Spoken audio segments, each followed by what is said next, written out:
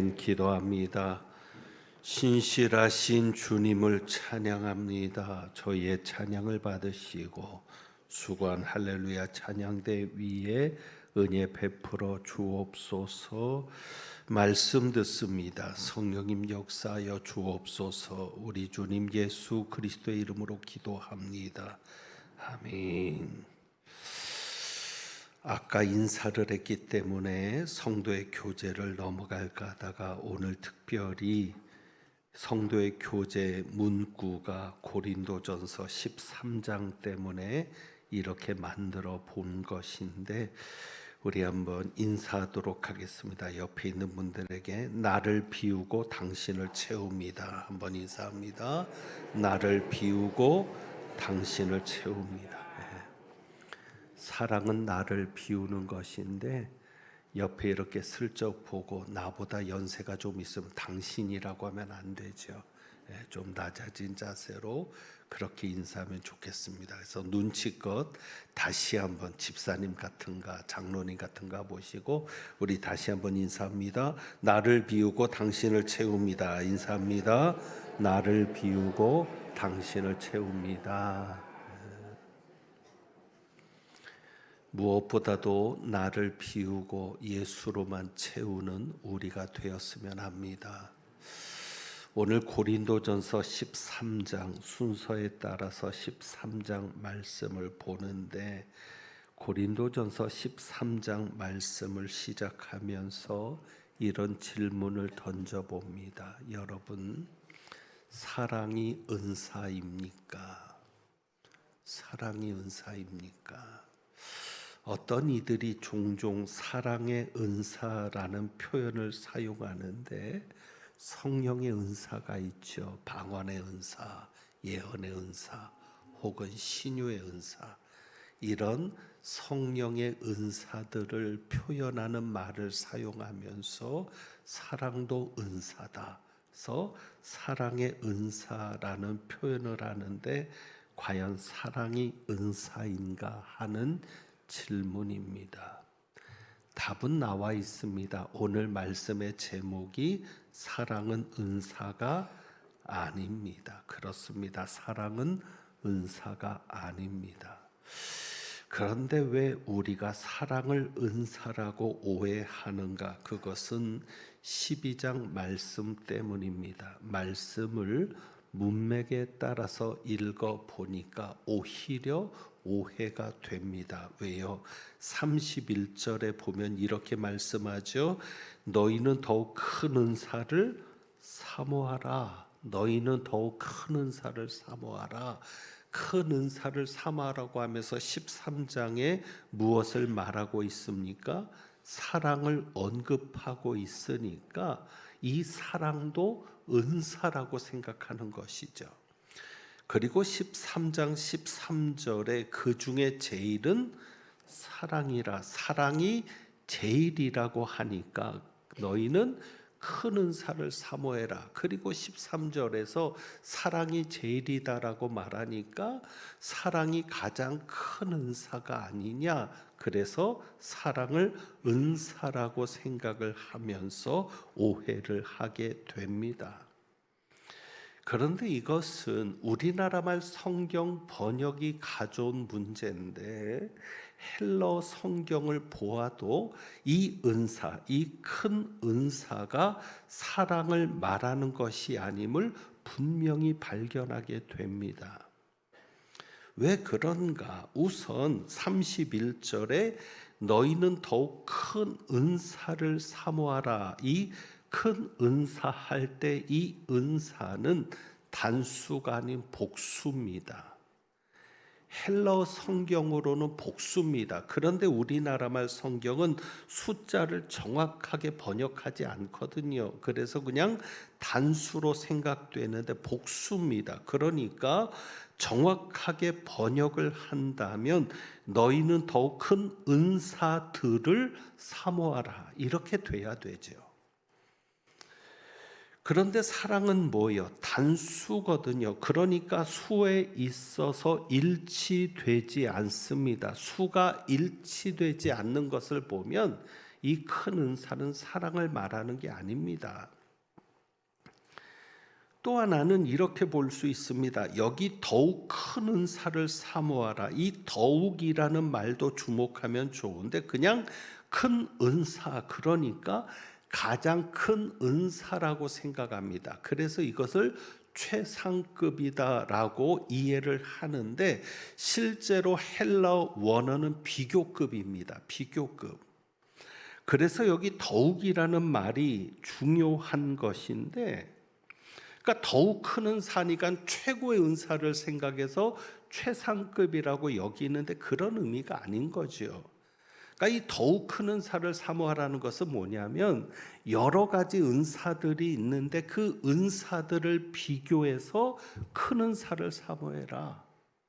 기왕이면 여러 은사들을 사모할 때 기왕이면 비교를 해보고 더욱 큰 은사를 사모하라는 그런 뜻입니다. 그러니 이런 문법적인 내용만을 정리하더라도 사랑이 은사가 될 수는 없습니다. 그러니까 여기서 말하는 큰 은사가 사랑을 말하는 것은 아닙니다. 우리가 아는 대로 사랑은 은사가 아니라 무엇입니까? 열매입니다. 갈라디아서 5장에 나오는 성령의 9가지 열매, 그 중에 가장 앞에 나오는 게 사랑이죠. 사랑. 바로 이 사랑이 성령의 열매입니다. 은사가 아닙니다. 만약에 사랑을 은사라고 생각하면 예수님이 곤란해집니다.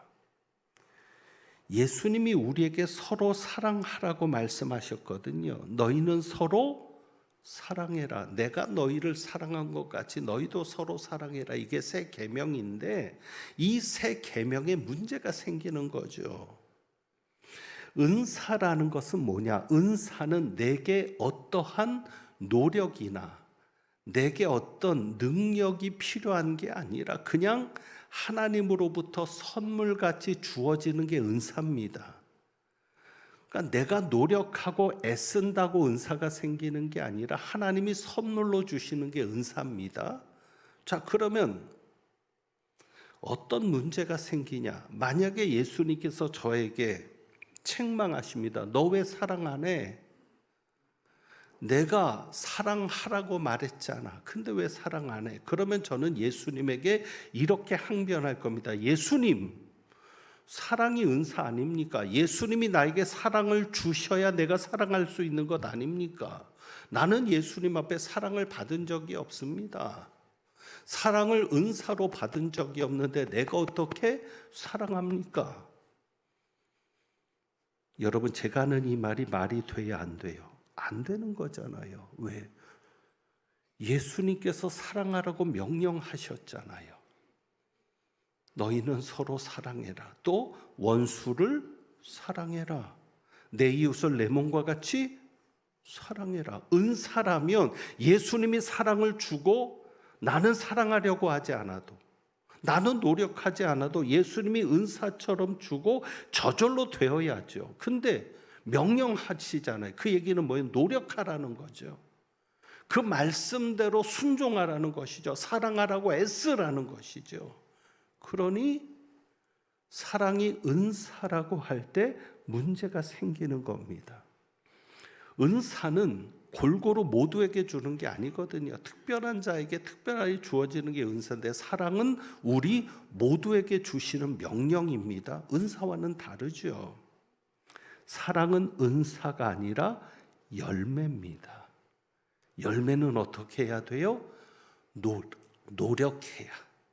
열매를 거두려고 힘쓰고 노력해야 얻을 수 있는 겁니다. 그래서 심은 대로 거두어지는 것이 열매입니다.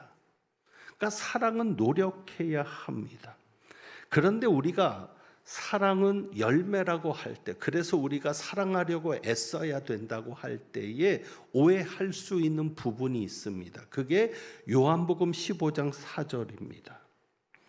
예수님께서 이렇게 말씀하셔요. 너희가 스스로 열매를 맺을 수 없음 같이라고 말씀하세요. 스스로 열매를 맺을 수 없음 같이. 스스로 열매를 맺는데, 그러니까 열매는 스스로 맺히는 것인데 스스로 열매를 맺을 수 없음 같이. 근데 이것은 오히려 이전 번역이 더 좋았던 것 같아요. 이전 번역은 어떻게 돼요? 절로 과실을 맺을 수 없음 같이. 절로, 저절로. 그러니까 스스로 열매를 맺는 게 아니라 저절로라는 표현이 오히려 예수님의 말씀의 의미에 가깝습니다. 그러니까 우리는 열매를 생각할 때 스스로 맺는 것이 열매다, 저절로 맺는 것이 열매다. 그러니까 사랑이 열매여도 나는 노력하지 않아도 된다, 애써도 되지 않는다. 그냥 스스로 저절로 사랑의 열매가 맺어지는 것 아니냐. 그런데 아니죠. 예수님께서 하신 그 말씀을 전체를 가지고 들여다보면 이겁니다. 나는 포도나무여 너희는 가지니 하면서 가지가 포도나무에 붙어 있지 아니하면 스스로 열매를 맺을 수 없음 같이 그렇게 되시는 말씀이거든요. 그러니까 가지가 열매를 맺는 거예요. 그러니까 예수님이 포도나무여도 예수님이 열매를 맺는 게 아닙니다. 열매는 누구를 통해 맺는 거예요? 우리를 통해 맺는 거예요. 예수님이 포도나무지만 포도나무에 열매가 달리는 게 아니라 가지에 열매가 달리는 것이거든요. 그러니까 예수님도 우리가 없으면 열매를 얻을 수 없는 거예요. 그래서 우리가 필요한 거죠. 자, 그런데 우리에게서 열매가 열릴 때 그러면 우리는 저절로 열매를 맺는 것 같습니다. 왜? 포도나무에서 수액도 받고 영양분도 받으니까 포도나무에 있는 포도나무의 생명이 우리에게로 오니까 우리 가지 끝에서는 포도가 열리는 거죠. 무화과 나무였으면 무화과가 열렸겠죠. 자, 그러니까 어떤 생각을 해요? 이것도 스스로 열매를 맺는 거 아니냐? 아니죠. 예수님이 분명히 말씀하시죠. 가지가 포도나무에 붙어 있지 아니하면, 그러니까 열매를 맺는 노력은 어떤 노력인 거예요? 열매를 맺으려고 애쓰는 것은 열매를 맺으려고 애쓰는 자체가 아니라 어떤 모습이어야 돼요? 포도나무에 붙어 있으려고 애쓰는 거죠. 그게 열매를 맺는 노력인 거죠. 그러니까 우리가 포도나무에 붙어 있으면 열매는 저절로 열리는 거니까. 그럼 우리는 어떤 노력을 해야 되느냐? 열매를 위해서 어떤 수고를 해야 되느냐? 나무에 붙어 있으려는 수고가 필요하죠. 그럼 여러분, 한번 우리 자신을 돌아보자고요. 여러분은 예수님에게 붙어 있으려고 몸부림치셨습니까? 가지가 나무에 붙어 있지 않으면 아무것도 아닌데 말라서 버려질 수밖에 없는데 여러분이 그렇게 살려고 애쓰고 발버둥 쳐보는데 문제는 내가 살려고 애쓰고 발버둥 치는 만큼 그럼 나는 예수님에게 붙어 있으려고 발버둥 쳐보았는가? 그냥 주일날 예배 한번 드리는 것으로? 그냥 어쩌다 한번 기도하는 것으로? 한번 우리 자신을 돌아보자고요. 정말 내가 예수님에게 붙어 있으려고 애써 보았는가? 그런데 우리는 열매가 없다고 불평하거든요. 아무리 열심히 공부해도 결과가 없고 아무리 열심히 살려고 애썼는데도 수고한 결과가 없고 결국 그 이유는 어디에서 찾을 수 있겠습니까? 내가 정말 예수님에게 붙어 있었는가? 예수님에게 붙어 있어야 성령의 열매를 맺을 수 있는 것입니다. 그러니까 성령의 열매를 맺는 방법도 예수님에게 붙어 있는 거죠. 그러니까 예수님에게 붙어 있으면 예수님에게로부터 포도나무에게서 가지에게로 물이 오고 양분이 오고 그 생명이 오듯 포도나무의 생명이 오듯 우리가 예수님에게 붙어 있으면 예수님에게서 우리에게 오는 것이 있죠. 그것이 뭐죠? 예수님의 사랑. 그래서 우리는 사랑을 하는 자가 아니라 사랑이 있는 자가 되는 겁니다. 우리는 사랑을 한다라고 생각을 해요. 그런데 고린도전서 13장 1절부터 7절을 자세히 보십시오. 사랑을 하는 것입니까? 사랑이 있는 것입니까? 사랑이 있는 것입니다. 예수님이 사랑을 하라고 명령하실 수 있는 것은 우리에게 사랑이 있기 때문인 거죠. 자, 사랑이 있다는 게 뭐냐? 자, 2절 보세요. 내가 예언하는 능력이 있어 그러면서 마지막에 뭐라고 합니까? 사랑이 없으면 내가 아무것도 아니요. 사랑이 없을 수 있다.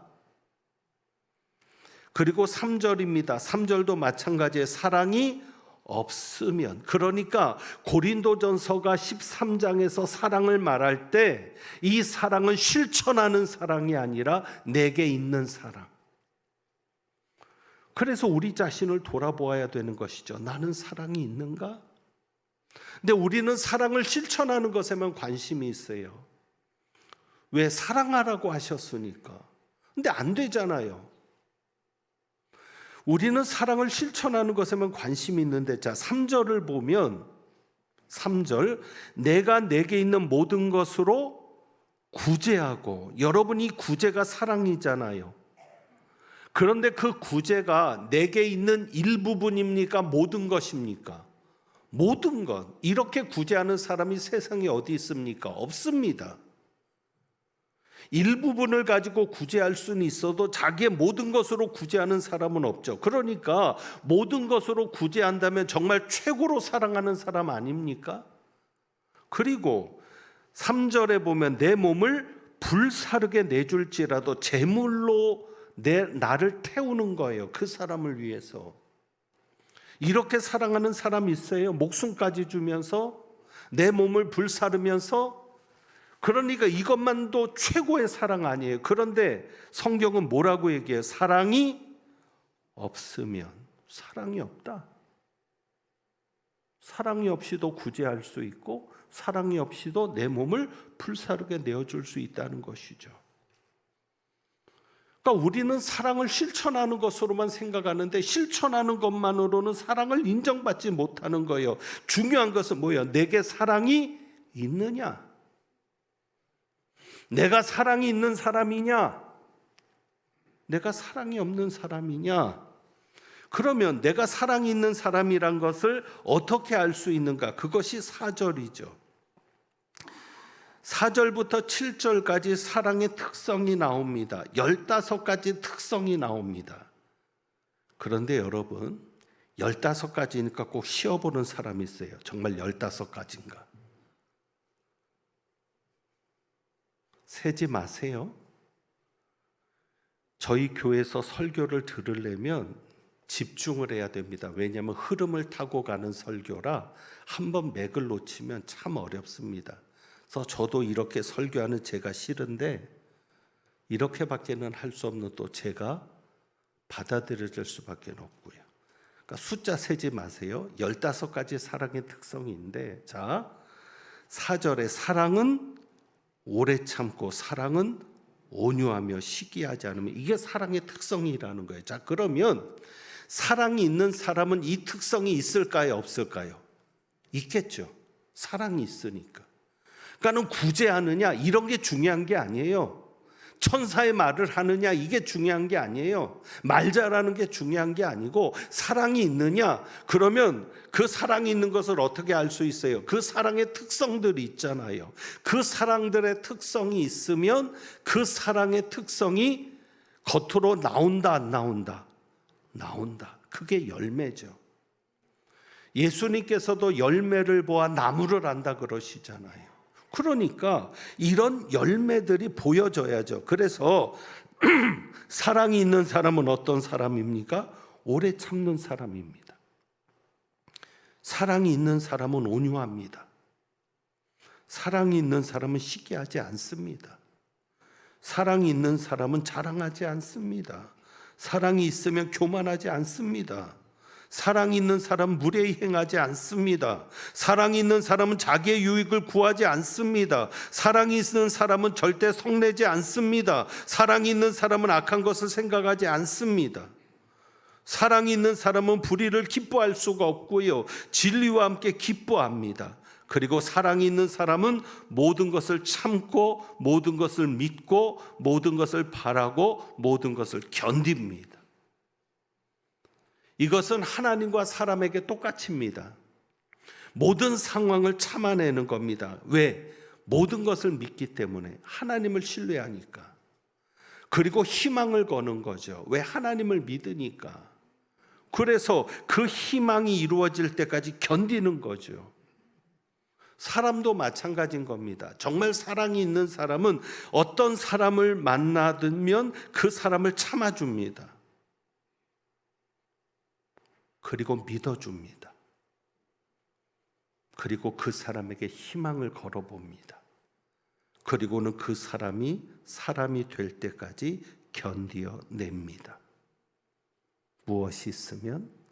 사랑이 있으면. 중요한 거죠.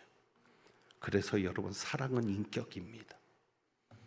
인격적이지 않은 사람은 절대 사랑이 없는 사람입니다.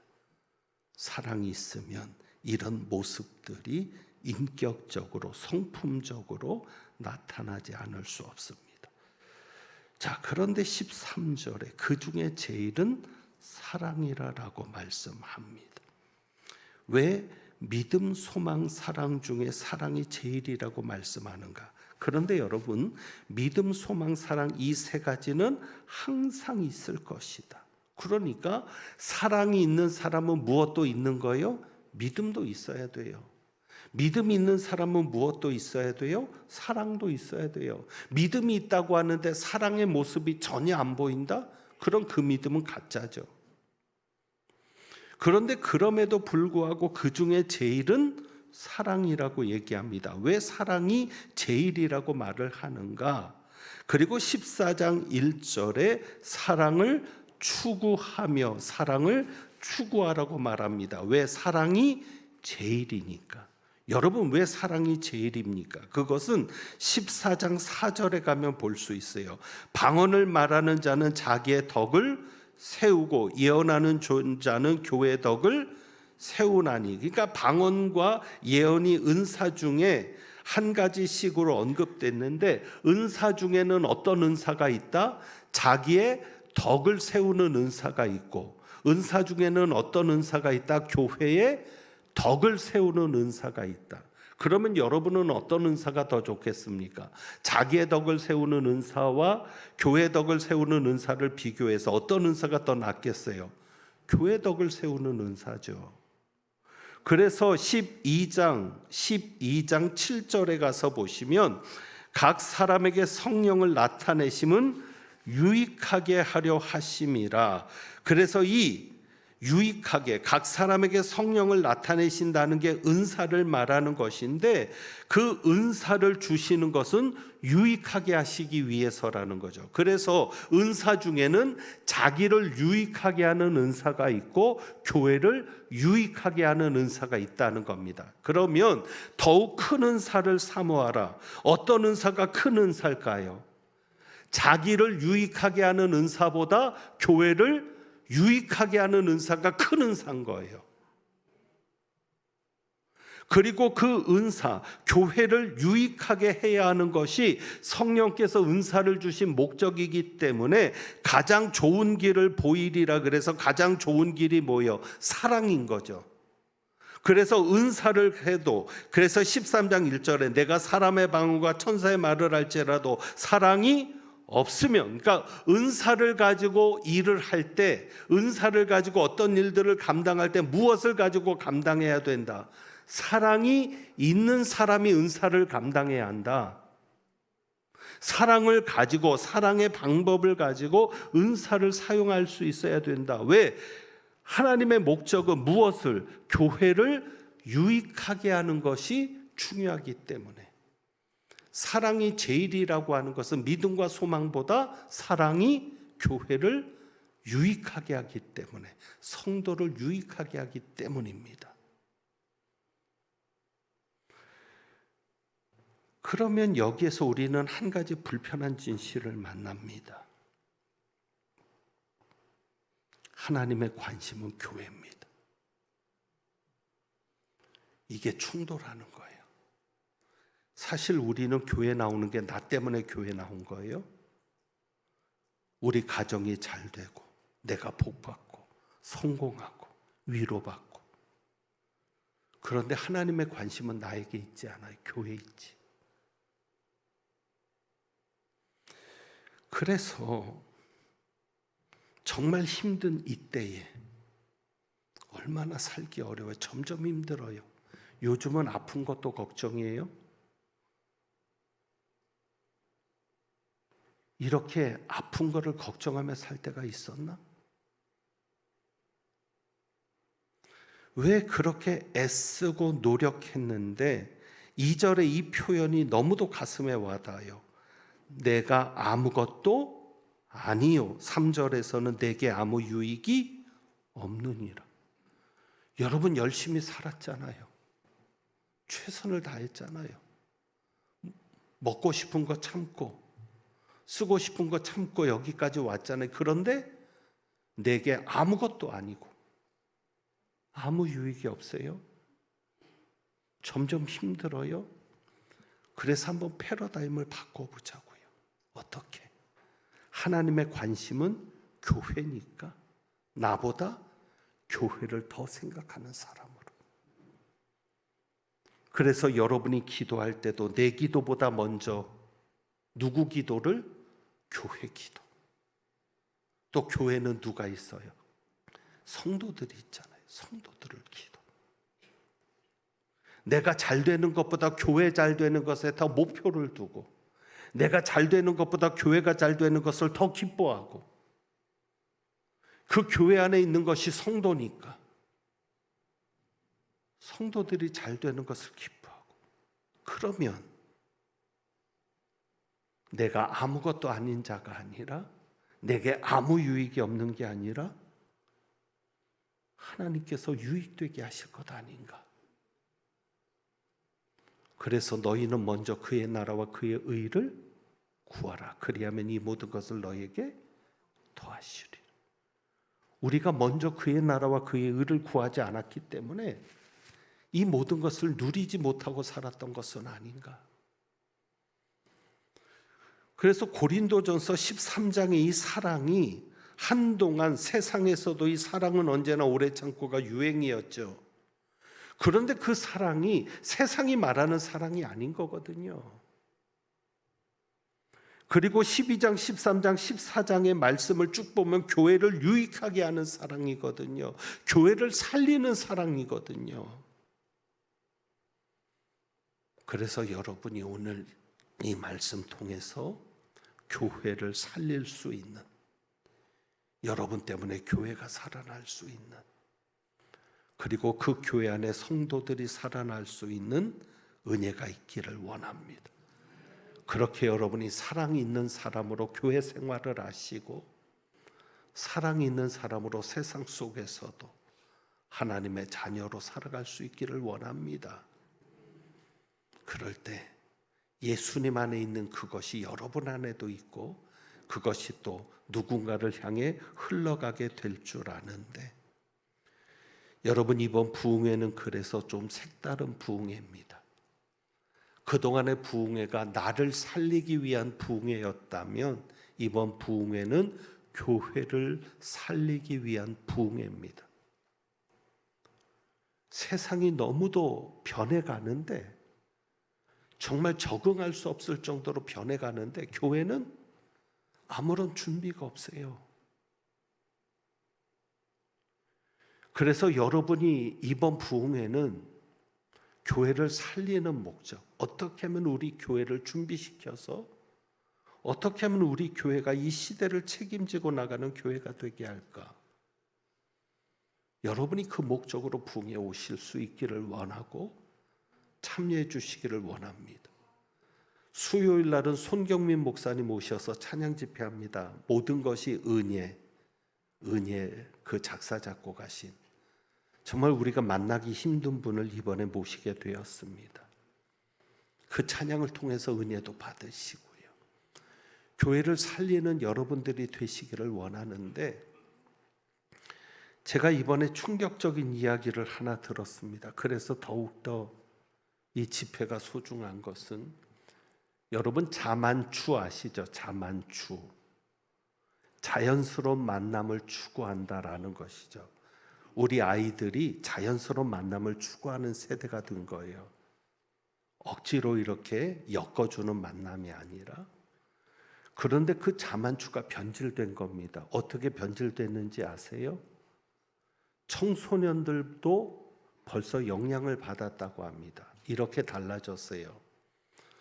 사실 이걸 주일날 이야기해야 할까 고민하지만 그만큼 심각하다는 걸 말씀드리기 위해서, 자만추, 자연스러운 만남을 추구하는 게 아니라 자만추, 자고 난 다음에 만남을 추구하는 겁니다. 한번 자보고 만나겠다는 거예요. 청소년들부터. 청소년들이 그래서 데이트를 할 때 피임 도구를 챙깁니다.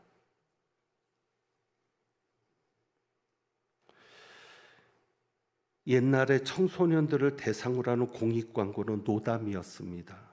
그것도 충격이었습니다. 담배를 얼마나 많이 피면 노담. 그런데 언제부터인가 도박 중독에 대해서 공익 광고가 나옵니다. 그리고 이제는 마약에 대한 광고도 나옵니다. 청소년들이 얼마나 마약 문제가 심각하면. 그런데 교회는 이런 시대를 준비하지 못하고 있습니다. 이단들은 우리같이 전도 안 합니다. 전도지 나눠주고 물건 주는 전도 안 합니다. 젊은이들이 무엇을 원하는지를 정확하게 파악합니다. K-뷰티에 관심이 있으니까 어떤 색조의 화장품이 맞는지 피부를 테스트해 주겠다. 병원에 가서 테스트 받아야 될 것을 길에서 해줍니다. 그들이 진로에 관심이 있으니까 진로 상담을 해주겠다. 우리는 준비하지 못하고 있습니다. 그저 똑같은 방법, 똑같은 패러다임으로. 그래서 이번 부흥회를 통해서 좀 달라지길 원하는 겁니다. 예수님의 사랑이 있는 우리들이 이 시대를 준비하고 이 나라 이 민족을 책임져 가고, 특별히 우리 아이들을 책임져 갈 수 있는 그런 은혜가 있기를 원합니다. 그래서 오늘 우리가 이 찬양 드려봅니다. 사랑의 송가, 그리고 사랑은 언제나 오래 참고. 아주 오래된 찬양이죠. 우리 한번 찬양해 봅니다.